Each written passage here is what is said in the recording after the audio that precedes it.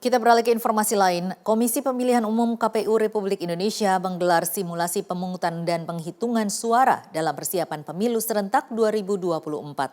Simulasi tersebut digelar dalam rangka penyederhanaan desain surat suara serta formulir pemilih yang akan digunakan dalam pemilu tersebut. Dalam simulasi yang dilakukan di kantor KPU Sumatera Utara ini, KPU RI menyiapkan 2 opsi, diantaranya menyederhanakan 5 surat suara menjadi 3 surat suara atau hanya 2 surat suara.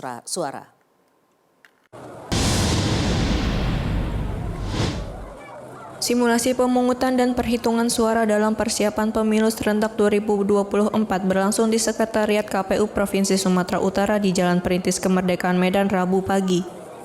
Pada simulasi ini terlihat hanya ada 3 surat suara yang dibagikan kepada peserta, di mana peserta simulasi adalah perwakilan partai politik.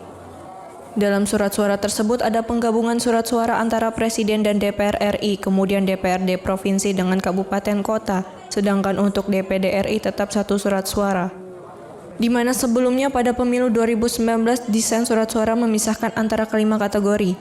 Surat suara pemilihan presidensial untuk Presiden dan Wakil Presiden, surat suara pemilihan anggota DPR, surat suara pemilihan anggota DPRD Provinsi, surat suara pemilihan anggota DPRD Kabupaten Kota, dan surat suara pemilihan anggota DPD terpisah masing-masing.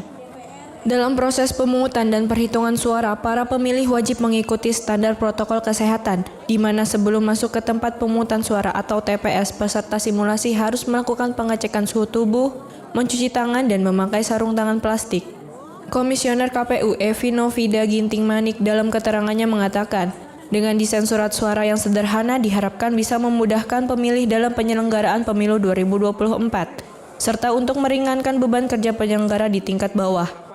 Selain itu juga penyederhanaan surat suara dilakukan untuk mengurangi potensi suara tidak sah.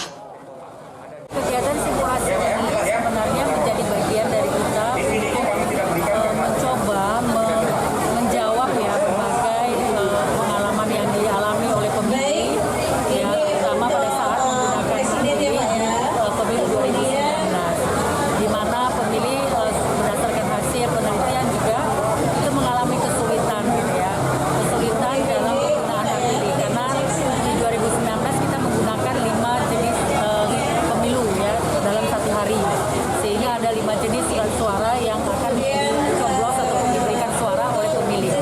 Nah, oleh karena itu juga kemudian kita mencoba untuk mendesain kembali surat suara agar bisa memberikan kemudahan kepada pemilih kita di dalam dia pertama mengenali politiknya, calon yang akan dia pilih. Kemudian juga dia menjadi lebih mudah di dalam memberikan suara. Setelah melakukan berbagai simulasi tersebut, KPU RI kemudian akan melakukan evaluasi dan melaporkan hasil tersebut ke DPR dan pemerintah. Dari Medan, Sumatera Utara, kontributor Nusantara TV, Wahyu Pratama melaporkan.